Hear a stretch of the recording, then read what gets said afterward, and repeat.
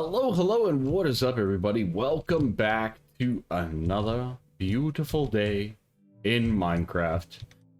Make sure that you hit that like button, subscribe, all that fun stuff. Haven't been saying that very much, and those metrics will definitely help me out if you're able to do so. Please, just as a reminder. So, I don't want to say it all the time either, so, just one of those brief little details. Welcome back to the world. What have we done? Well, we're flying around, and that's amazing, right? But on top of that, I've been busy, to say the least. I've been building. Let's go check it out. Yes, indeed, my base is... Hello? Please, teleport. In the void. I decided to build in the void for a couple of different reasons, and I would prefer it to not be raining and dark when we see this. Restarts always fix everything. Indeed. Alright, so I decided to build a little bit of a base here. So, we have a base that I built. Look at this. Isn't that beautiful? I like it quite a bit. There's obviously a few little bumps along the way, like that there, that we're kind of working out. But I was trying to come up with an idea of a floating island, cool-looking base, and I decided to go with something along these lines. I think it looks absolutely amazing. And with the brownstone, it helps us move around a little bit quicker, all that kind of stuff. But the hard part is, I still have everything at my old base. Indeed. And we have rabbits. That's the other problem. So I've actually been duplicating pretty much everything in this setup. So let's go through this one step at a time. The first things first, I made an ME controller system and a P2P network. Okay, this is a little bit complicated, but it's not as well. It's simple but effective. Okay, so we have ME controllers going down both sides, and they're kind of just U's, right? We just have a U here, a U there, a U there, a U there, and they are connected in the middle with more controllers. Okay, this makes sure that you don't run into any problems with this setup. Now you can also expand this, and once we need to, we can build another set of this beside it, all in due time. The other thing that I did is I got just some colored smart cable to show it off. You don't need to, but I did it just for this purpose. I find it easier to see. But we have that running up with P2Ps connected on every section. So this bottom one here is our actual connection in, and these ones are all going to have 32 channels accessible through the P2Ps. And you times that by however many this is. 4 times 4. No, 4 times 6. Right? So 24 times 32 P2Ps. Is that about right? 32 channels. Yeah, 24 times 32 channels. So it's a lot of potential channels that we can utilize with our system. I have just the acceptor down over here, and I'll show you that room in a second. But from there, we have one connection in the middle for a dense. It's kind of hard to see. I can't really show you it. But we have a dense wire right there, like so, coming down off of these controllers, allowing multiple channels across the board. So as you can see here, we have 13 of 32 coming off here, and it's all coming off this one side, right? So these other sides haven't even been used yet. And you can see that we have some good output. We have these little side rooms, which are pretty awesome. One of them is our current,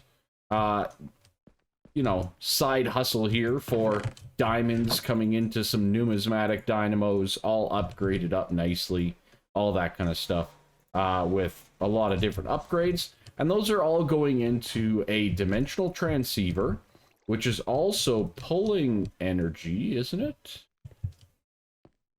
Or not. It's just receiving it. It's supposed to be pulling it as well. But this guy here, as you can see, we are set to receive on power 1. We're not even supposed to send on power 1, so that's not working as intended. to say the least. Let's go. Did I? Let's take a quick glance at this. Let's see.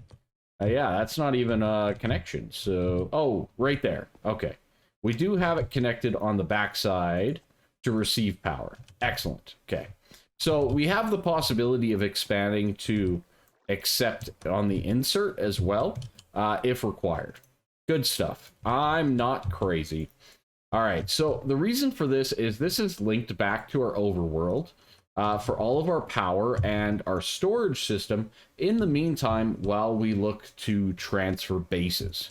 Transferring bases is a pain, to say the least. I would recommend just building where your base is going to be, but in the long run, this is going to be it's a good little restart for the next setup, right? So, anyways, on to that. We have our ME dense cabling right here, conduits coming out of each of these as well, and we have power and all that jazz running accordingly, and underneath the ground here. So we have two levels in the internal area. We have our main channel here, which, as you can see, it has some resources that I've been collecting. Very good. And I have 4 different controllers, and these guys are set up on storage buses, but they're also set up on P2P networks. So let me just do one of these. Let's just do this just for fun and adventure, right? You can kind of see what we have here. There we go. Perfect. So we have the conduit facade coming into a storage bus, but actually down below, or is it over here? I don't even remember where I put the darn thing. It might be over here. Yeah, right here is our P2P, right? That one is 286A, and that one is linked to, I believe it's this one right here, 286A. And as you can see, I have 3 P2P networks linked at this point in time. 3 out of the whole system. We're not even using it yet.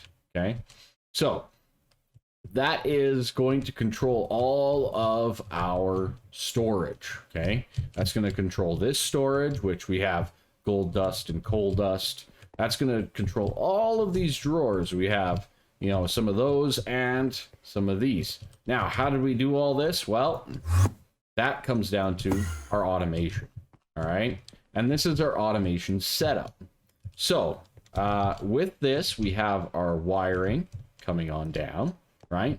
Here's input chests. These have resources like gold and nickel. What is this one supposed to be? I don't even know. We obviously don't have it, so. All right, so over here, we come down this. All underneath here is the wiring, right? You can't see it with that, but let's just, again, just for case in point, facades for the win to make things look pretty, okay? These items come up with the dense cables and some power. The power is going into HV energy converters. Now, this should just be to insert, just for formality sakes, right? But I think I just added these last minute here, so we can change these to insert. This is just me being picky more than anything else. My OCD kicking in, to say the least. It won't actually send the power out anyways, but we might as well, okay?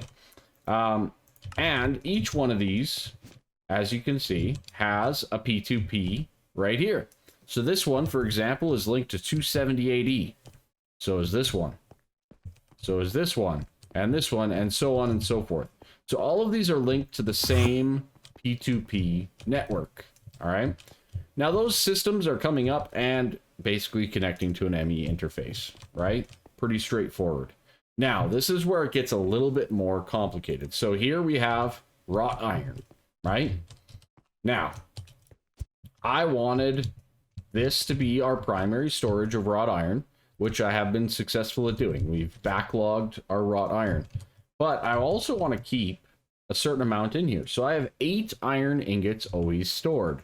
So how did we do this? First of all, nothing is inserted or extracted on green so that we don't run into any sort of trash can situations, all right? So we have an insert on the brown channel, an extract on the blue going into the machine. On that, we have a limited item filter, which we have 8 iron ingots, as you can see there. Up here, we also have 8 iron ingots in the ME interface to be supplied. And we have, again, another limiter going upwards to make sure that we keep 64 here. If you do not include this limiter, this will go beyond 64. And if you try to click it, it will crash you. So, why did I do this? Even though it costs so much more, right? All of this costs, you know, a Z-Logic controller. Not cheap by any means. But it's so that I don't accidentally crash. Simple as that. It is a little bit cleaner as well. I'm just saying, you know, not a big deal. But as you can see, we have 64 wrought iron in that. Now, all of these contain different setups. We have steel. We have conductive iron, which is supposed to be there. There we go. Okay. And then we have conductive iron, right? As you can see. Luckily, it only did it at the end. This one messed up too. Good to know. All right. Maybe we can like default that somehow. Anyways, whatever. It's fine. Little hiccups. Always fun. We have the HV wire. We have all the item conduits set up as well. We're not linking them together. We're keeping this system simple and free, right? One block to one block, nothing beyond that. And it's all going into the ME system. Everything is. Okay? Same thing with all of these, right? Here's my plates. Right? Good. Excellent. Here's my, you know, coal dust and gold dust. So we have our macerator line. We have a gear line. We have a small gear line. We have a rod line. We have a fine wire line and a regular wire line. So all of these things are rinse and repeat, doing the exact same setup over and over again to automate and process so that we have resources. Now, I've capped all of these to a small amount at this point in time because I want to bring our resources from the other dimension to here, and then we'll open it up. And these HV machines, they'll fill it up real quick, okay? So, on that point, we had some very good success, okay? Over here, I've done a similar setup. This is going to be our deep mob, DME, deep mob learning, whatever we want to call it, area, with a similar general concept and space here, okay? We have the same general setup where we're coming out of the ground and heading on up into it with facades, right? Pretty straightforward. I've yet to complete the walls on this one, as you see. But here we are utilizing ender chests to their maximum. All right, so perfect example. We have a system with zombies, right? Well, it's operating right now. Why is it operating? Because we obviously moved some iron, right? So I can add additional deep mob simulation chambers for zombies to increase our iron production, as well as any other zombie related production, right? We can get rotten flesh, iron ingots, carrot, potato, zombie heads. So all of these zombie simulations are going to be down this line, okay? So I'm separating each simulation into its own designated area, and that means all pristine zombie matter will come into this barrel here, and we have all of our polymer clay coming from our other world into these ender chests. Do I need all these ender chests? I do not, but I'm keeping them because I think it looks better, okay?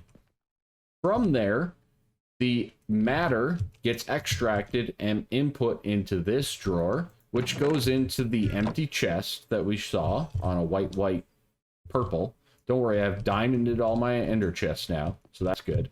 And that guy then, as you saw over here, comes and connects to the system right here. There it is. So those get pulled in right now, and they're currently being voided, right? We have like 75,000 in the other world, so other dimension. We'll move them over here. Don't worry, we'll clean that up.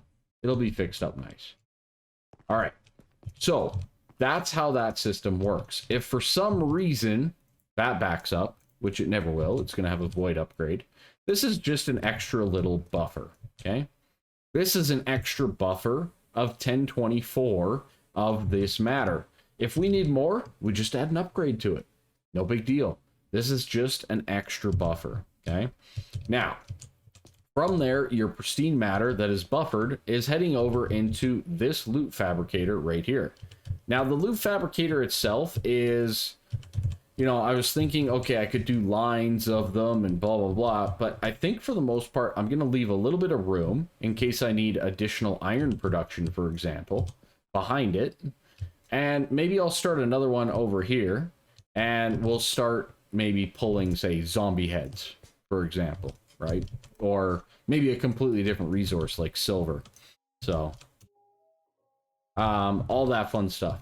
And then that is just sending iron into this chest, which is then going back into our ender chests area down here, as we saw, right here. There it is right there. That's all of our iron.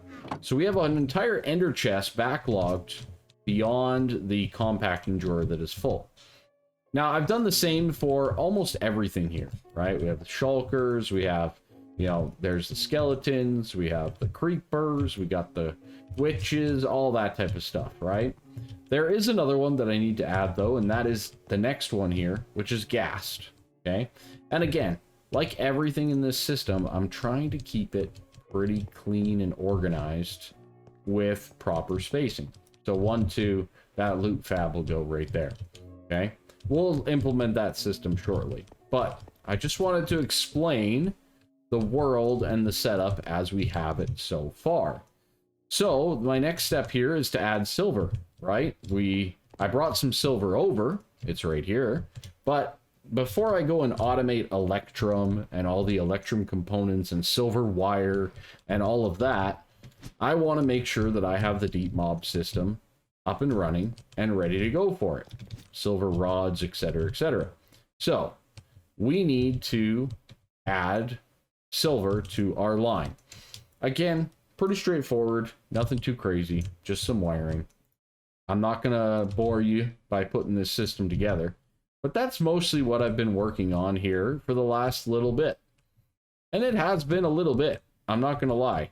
This was not done overnight, to say the least. This took a long time because I was also letting resources build up and all that kind of stuff, but it's looking very, very nice. And the creative flight is just amazing, to say the least. The other thing of note is where I've finished the walls over here. You don't really get to see it right now, but in the basement, I actually have a full side buffer of the wall as well. So if we needed to add like some systems or something like that, we can do so as required. Okay? So lots of good little bits going on there. And then on top of all of that, of course, I've added in an ME crafting terminal with all of those items currently loaded in. We also have space with the facades and things like that to do the other items like fluids, patterns, etc. Ready to go. Okay? So, welcome to our new home. This is our new base. Now, the next few episodes are probably going to be me automating things from the other base and setting it up out here, right? Like these items here. And slowly but surely moving away from the other base and getting it in this dimension. Now, the quick caveat about that, distilling towers, the blast furnaces, things like that, I need to have all of my structure set up and implemented before we can move those over. So there's a lot to be done, to say the least. So, without further ado, I'm going to take a quick glance. We're going to set up this ghast for silver. And I got to set up a whole nother ender chest, you name it, for our system.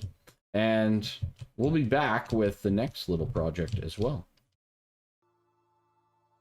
So one other amazing thing is this conduit probe, right? Because I can come over here and I can shift right click. I can copy a conduit setting and then I can apply it. So pretty straightforward. I can just kind of do that, which is pretty darn nice. I'm not going to lie. Now, this one here obviously isn't the right chest, and that's okay. But the conduit probe is helping a lot when it comes to setting up our systems here. Now, I did run out of power cables, so we need to obviously get a little bit more juice up here, like so. That'll at least start that thing going. And over here, I didn't even get close to it, so we'll just go like so. And back up here like so. Excellent. Okay, good. At least we now have energy, right? And we'll start these things going right away. But I do need this hellish matter. And I need it in 2 locations because I got multiple buffers in multiple different spots. Okay? So now we have the hellish matter in there. And that is then going to go over here to another drawer, which will be this one right above it. Now, I don't think I have another void on me. I do not. Okay, so 2 things that we need is we need to get a void upgrade, and we also need to make sure that we get a coloring system for silver. I actually don't know what that is, to say the least. All right, we got that. That's easy. What are we gonna do for silver? Light gray, maybe? I don't know what we have on the other ones, so let's see. How do we make light gray easily? Can we do that? Let's just get a full array of it, and then we'll see what we have on the other systems and go back and forth and kind of that type of thing. All right, so let's see. You are over here. Good. Okay, so iron, I have, it looks like that's gray. So white, light gray. Tin is white, light gray, light gray. I think we could just go all light gray. So if we do all light gray, like that, there's nothing in there. Okay, cool. So we will do all light gray. That will be our silver. I think that works out pretty well. I say so. All right. This guy here, we can put into its place right there. And like so. Excellent. So that'll start to build up our hellish matter, which will be very good. Down here, as I explained earlier, we can implement our chests. But before we get too carried away, as I just realized, I forgot to diamond that chest, right? So first things first. Okay, good. Nothing in it. We're going to diamond it. Beautiful. There's nothing in it because I didn't put anything in it. Noted. All right.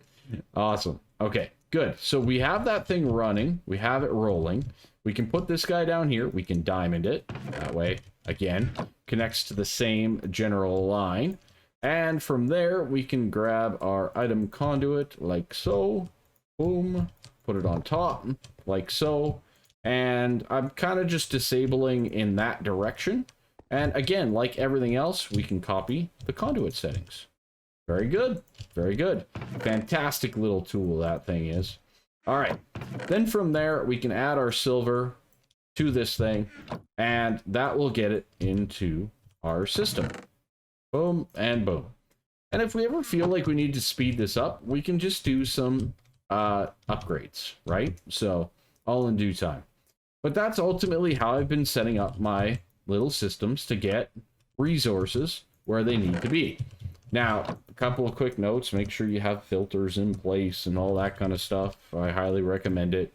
Again, nothing's being inserted on green on any of these. As you can see, we're at cyan and purple, and, you know, this one's cyan, you know, stuff like that. So, again, keep it separated, keep it organized is probably my best tip for your automation system. Have a plan in place. Now, this guy's going to take a while to catch up. It really is. But I think we can actually, we got conductive there, we got red alloy. So we need another alloy smelter to make electrum. We're going to need, I have a spare bending machine apparently. We're probably going to need another 2. Yeah, we're going to need a lot of machines here to kind of expand on this silver. So let's head on quickly back. Actually, let's do this first. I want to make sure I have everything where it needs to be. I look organized. Keyword is look. I'm not actually organized in the slightest. But we can jump back here now and we can say, okay, what all has silver, right? What all do we need to produce out of silver? So the first one that comes to my mind is the alloy for electrum. Invar, no. Okay. No. I think this is our electrum right here. No, that's our Invar. Sorry. Here's our electrum. Okay, so electrum is silver. Good to know. Over here, we have silver wire. Do I still need silver wire? This is the other step that I'm kind of going into, right? So silver wire, we need it, I think, for good circuit boards. We're probably not going to do the advanced electrolyzer again. Do we need it for 2x silver? HV. That's debatable. An advanced polarizer. We might be okay. Do we need it for 4x? So again, kind of just going through each and every step along the way. Now, equally, okay, great, that's that. Do we need silver wire to be coated, right? So silver cable, what do we need that for? Nothing. Okay, that's good. That's noted. I don't think it's anything anyways. Assembly machine, usage, packager, macerator, extractor. Okay, good. No, nothing. Okay, so we don't need that. We don't even need this, I don't think, anymore, because we can do the foil method. So, do we need the fine silver wire? Fine silver wire we need. That's our blank pattern. That's a good one. That's absolutely a good one. We require that one for high voltage cells, coils as well. Okay, so we definitely need the fine wire. We probably don't need this one anymore. Okay, excellent. Step and process. All right, so yeah, I've kind of just been going through every little detail as we go. Is electrical steel silver? I don't think so, right? Obviously we need the electrum stuff, I think, as well. But, and then we need silver for rods as well. I know that, because that's going to be our dynamos. Okay, so it looks like we just need rods and fine wire for silver. This guy here is tin. Yeah, okay, good. And maybe foil? Was that the other thing here? Silver foil. So we could get some foil. You know, I don't even think we need the foil. No, we don't. We don't. We don't at all. So yeah, we just need the fine wire, electrum, and the rods. Okay, cool. Good to know. So we need to get ourselves a lathe in HV. Luckily, I have all of these crafting processes set up and ready for me. I need an HV alloy smelter to get our electrum, right? Pretty straightforward. I need to get myself a wire mill in HV. Excellent. So again, kind of going through all these little steps. That'll get us the fine wire. Okay. And then for the electrum side of things, we're going to need even more. But we'll just set these up for right now. And I want to at least show you how I'm setting these up a little bit. We explained it slightly, but I want to set one up with you all before we go today. Okay, come on. Fly, please. All right. So the alloy smelter, for example, we're going to slap that one right like so. And we're going to take an ME interface like so. Pretty straightforward so far. I hope so. All right. That's good. That's good. From there, we can actually go in with our conduit probe again and go shift click, boom, shift click, boom. Right? Self-explanatory. From then, we go a insert filter with the smart limited item filter, as we see there. And this is going to be Electrum. So Electrum is silver and gold. So let's grab some silver ingots. Boom. And we're gonna just mouse wheel up to get 8. Then we're gonna need gold ingots, which we also have. Thank God for phantom blocks. And we're gonna need 8. That'll keep 8 of both of those in stock at all times. Up here, we need that other smart item filter, and that's going to be our output of Electrum, right?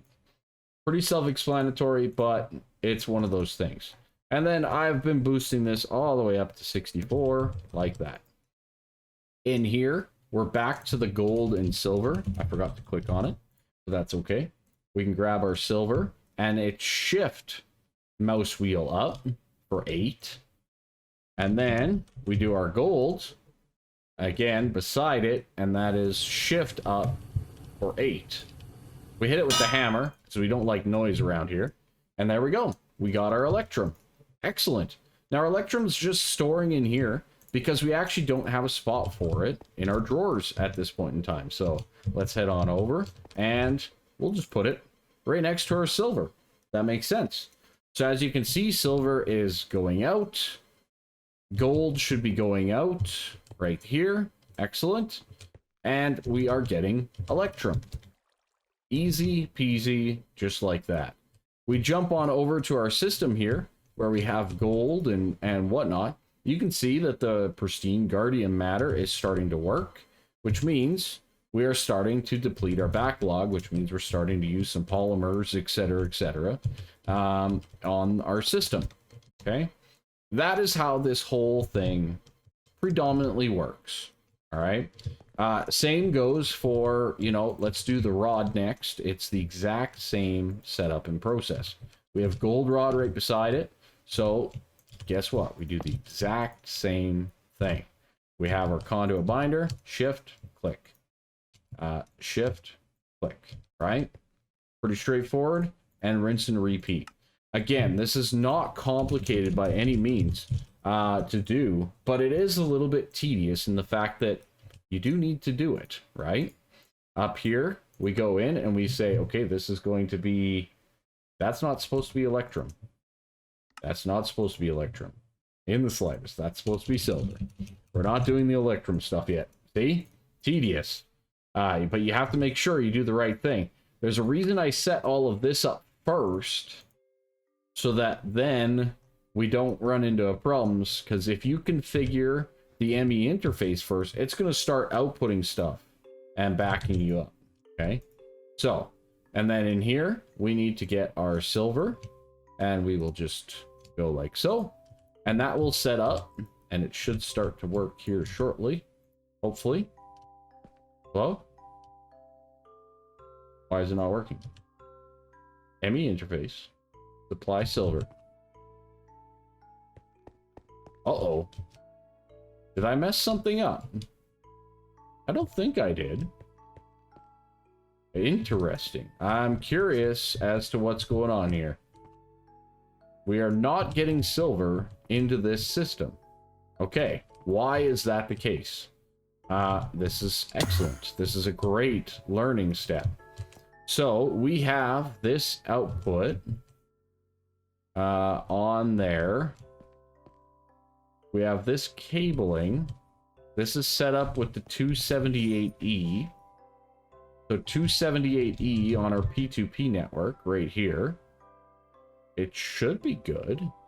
Input 12 outputs. We should have up to 32. 13 to 32. Okay, what's the hold up here? Very curious. Just not working. Okay, what are we missing here? We have silver. We have the silver rods. We have the right setup to extract on brown, insert on brown. Okay, definitely a bit of a concern here. I'm going to need to figure this one out and see what's wrong with this setup, because it should be working. All right, I figured it out. Because I had all the P2Ps linked to the same thing, we had 32 systems on one P2P. So I had to add a new one onto the network. So now, if we take a look, this one is now set up to AA1B, whereas these ones are all set up to 278E. So I'm going to have to reconfigure all of these to a different P2P through our system over there as we go. But for right now, it is working. We are getting ourselves some silver rod. Excellent. Now again, I don't have a spot for silver rod at this point in time, so let's jump over here. And good, we have the reduction on there. Excellent. So now we have our spot for our silver rod. Our silver rod is working. Our electrum is working perfectly. That's very good as well. And we should actually be keeping up on most things. Our silver might deplete slightly as we are replacing it with electrum at this point in time. But everything else should be working pretty darn good. Okay, so that's ultimately how I'm doing the system. Obviously, there's a lot of things to add to this. Obviously, we are, as you can see, we're out of gas pristine already. But this is a new one as well. It's only advanced. So as they get to self-aware, it definitely improves over time. So little details, but that is what we're doing. And it's a slow and arduous process. So the next few episodes are probably us going to be setting up more and more of this. I wanted to record this video to show you what I'm doing. I'm going to try to do as much as I can off camera because it is a lot of repetitive actions. And I think you all will eventually appreciate that. But it is nice to see the steps and process involved in it. And if you go to make your own system like this, it's a pretty darn good idea to think it this way. All right. So, for example, I'm going to clear this memory card and I'm going to show you. So I'm going to link shift right click to that one there, B448 in the top left. And we're just going to head on over and I'm going to assign a whole new, this one right here, to the B448.